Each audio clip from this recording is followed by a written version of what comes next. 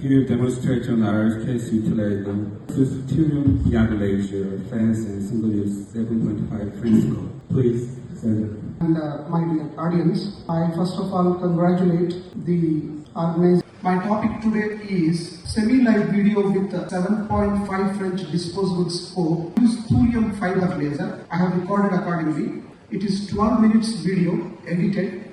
Various aspects we try to finish. I have given 15 minutes time. I will finish in 12 minutes. After that we can have some questions. Thank you Ajmijan for giving the opportunity. As you all know, flexible and accessible navigable sheath is approximately 50 centimeters, 45 centimeters, 40 centimeters of various sizes it is available. If you put 50 centimeters, most of the times you can reach all the calyces. If you put 40 centimeters, you can reach the pelvis, but sometimes upper calyx may not be reachable. Disadvantage of using a long access sheath is most of our scopes are standard size 70 centimeters. If the 70 centimeter scope goes into the 50 centimeter access sheath, the working part of the scope will become short and you will not be able to use it. The evidence I am reflecting in first few slides, it is obviously evident that all different type of stone volumes, the fans access sheath is used. Now second point, as Professor Nariman was showing, whenever you have difficulty in lacing, go with the sheath up to the stone, keep the stone just few millimeters from the mouth of the access sheath, you will get very good result. The only problem is you touch the laser inside the access sheath and damage it. These scopes and these sheaths are single use. It's not for multiple use. With this introduction, I will show in this video without voice, where I will be interested to speak on myself while the video is going on. This is approximately 1.5 centimeter stone in the left kidney. Whenever you do any case, read the CT scan carefully, as it is semi-live, ideal case for RIRS, ideal case for fans. So when you read the CT, if multiple stones are there, if any pus flakes in the ultrasound are present, any multiple densities are there, be careful. This is the access sheath which is 50 centimeters long. There is a side channel for this suction. There is an obturator.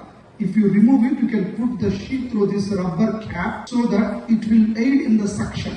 And the tip is very sharp. Assistant should not push it inadvertently. This is the disposable 7.5 French huge bed scope, no conflicts of interest. This scope is slender. Check the flexion and extension in the beginning, and when you put in this important point, in the access sheath, how to flex it. Do you flex with your flexible scope? Usually no. You thread over the flexible scope. If you want to flex, let it be inside the access sheath. See, if you do like this, scope will damage. You have to do like this. 1 millimeter, few millimeter inside the sheath. Now, I use 20 ml syringe with an experienced technician or preferably urologist. Less contrast is required. Rigid ureteroscope is required. Stent removal is done with rigid ureteroscope. Preferably you stent in all the cases whenever you are doing in the initial cases. These are the laser settings. 1 joule 10 Hz TFL super pulse thulium, 0.1 joules and 60 Hz for the dusting. And this is the access sheath which is 50 centimeters long. There is a side channel for the suction. There is an obturator. If you remove it, you can put the sheath through this rubber cap so that it will aid in the suction. And the tip is very sharp. Assistant should not push it inadvertently. This is the disposable 7.5 French huge bed scope, no conflicts of interest. This scope is slender. Check the flexion and extension in the beginning, and when you put in this important point, in the access sheath, how to flex it. Do you flex with your flexible scope? Usually no. You thread over the flexible scope. If you want to flex, let it be inside the access sheath. See, if you do like this, scope will damage. you have to do like this, 1 millimeter, few millimeter inside the sheet. Now, I use 20 ml syringe with an experienced technician or preferably urologist. Less contrast is required, rigid ureteroscope is required, stent removal is done with rigid ureteroscope. Preferably you stent in all the cases whenever you are doing in the initial cases. These are the laser settings, 1 joule 10 Hz, TFL superconstrulium, 0.1 joules and 60 Hz for the dusting, and keep reusable scopes more steady. Now the laser fiber should be inserted, check the movements and then go inside. You can put the laser fiber keeping back the flexible scope in the access sheet. Now after checking all these, you go inside with laser. You change here to 0.1 and 100, which becomes 10 watts. These are the 3 settings to do the RIRS in any format. Now I am removing the stent. If you feel you send the culture, if the patient has diabetes or any other clinical symptoms of UTI, and you pass the guide wire and assess the ureter even in stented cases. Reason, stone might have come down, small fragments might have come down. Directly inserting the access teeth is not good. Just like Professor Nariman has shown today, use ureteroscope, pass a guide wire, then this is the way you pass the access sheet. Ensure that the tip of the operator is probably placed, direction towards the left and right assessed. Use the C-arm. This is the only place where C-arm is essential. In rest of the RIRS, you need not worry. But here, 5 seconds, use the C-arm. Ensure that the sheet is in proper location. If it is in the pelvis, the guide wire curls and you hit the kidney, be careful. It may perforate the calyx. Once it is done, the suction is normal OT suction with 100 mark. You attach to the side. There is a hand movement where suction can be done. Flexible ureteroscopy movements are predominantly wrist movements. They are not elbow and shoulder movements. Most important movement is the front and back movement, which is done with your left index finger and thumb. It's up to you, but it's okay. Most important movement is the front and back. And the second movement is the internal rotation and external rotation. Third movement is the flexion. Not the flexion is the main ureteroscope. Once this is the stone present, the sheet is just below this. Our fan sheet is kept just below the stone with these laser settings. Laser settings are variable. My laser settings are these. Minimal movement, internal rotation, external rotation is important. The laser fiber should not be too much outside. If it is too much outside, see this is mud present in the initial time. After 5 minutes, everything will be clear. That is the advantage of suction method. Any RIRS in stented cases, you will see dust initially, some flakes initially. Let them be sucked and start the case. Don't do hurriedly. Let everything suck intermittently. Now see, this powder is coming. A question comes, should we make fragments or powder? Take it for granted, both will take same time. But it looks good if you do powder like routine RIRS and this will end. When the stone becomes less volume, then automatically they become small fragments. You cannot do anything. With whatever laser settings, with whatever laser, invariably stone will become small pieces. That is the time when this fan's RIRS is very useful. Otherwise, you can do initial part with normal sheet, then switch over to the, see this is the suction collector of the stone attached by side way. All this powder is sucked spontaneously without any problem. 80 to 90% of the stone comes out as powder. 10% of the stone comes out as small fragments.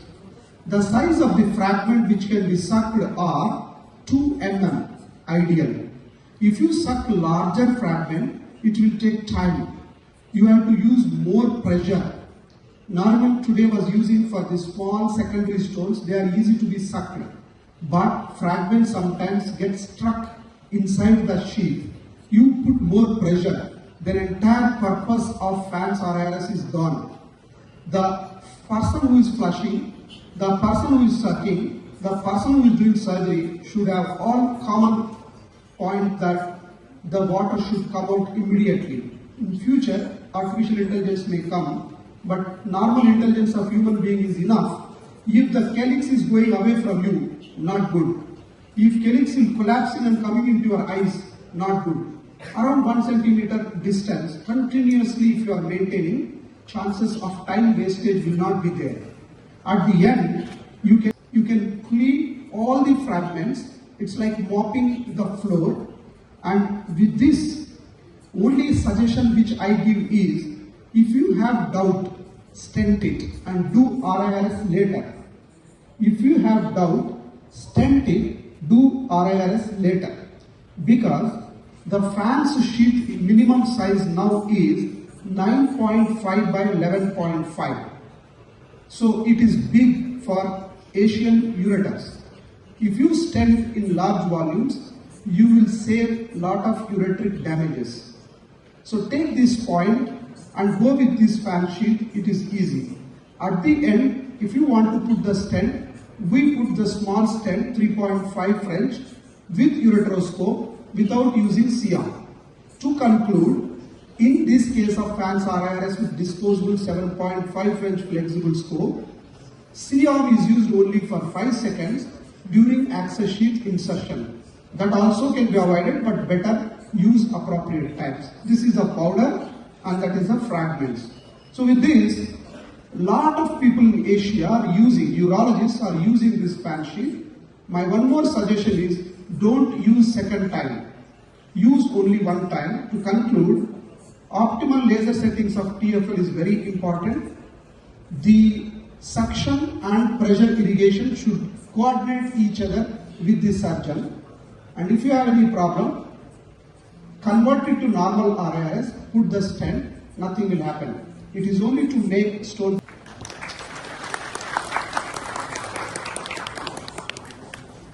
Okay, thank you, Dr. Chandra Mohan Vaddi. This video, what laser type? TFL? TFL. Any questions from floor? So nowadays in our country, it's often we can see the younger urology surgeon who performs the RIRS surgeries, and we are in our practice we often see some complications of these surgeries. So here in the audience, there's a lot of young urological surgeons, and the main question is, what is your recommendations for young surgeries to avoid complications such as damaging or ureter? That's a very important question. Dear juniors, whoever are starting within 2-3 years of your practice, be careful in assessing the ureter. Professor Naraman has passed the flexible scope first. Ureter distensibility is very important. If ureter is very good in the beginning part and last 2 centimeters it is tight, all your purpose of RIRS will go. Please do understand 3 things. Ureter should be distensible. Water should come out. Outflow should be there within 5 minutes. You infuse 400 to 600 ml of saline in one RIRS surgery. Imagine if the water doesn't come out. Where will this go? So output is the most important. We published. The pressure depends on output. And second, if you don't have vision, if everything is hazy and bloody, stop it. Do PCNL or put stent and come out. Number 3, never forcibly push the access sheet to satisfy the patient for first time RIRS. Don't do that. Explain the intricacies, minuses of the RIRS, that it can be staged. Patients do understand. Juniors feel sorry to put the stent and come out. Seniors feel good to put the stent and come out.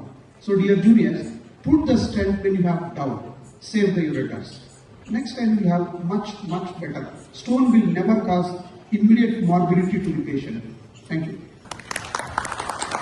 Thank you. Okay, thank you. Thank you. One more question, sir. One more question. Is it obligatory? And if it is obligatory, which method do you use? Just cystoscopy or the ureteroscopy way you will place the stent? Yeah. Putting stent is a preliminary procedure. You use cystoscope, you use ureteroscope, no problem. But my request is whether to do under anesthesia or not, whether to inform the patient or not. My suggestion is first 50 cases of RIRS, put the stent, don't do ureteroscopy, put the stent. Come after 15 days, you will be much less stressed and you can do better performance. First 50 cases.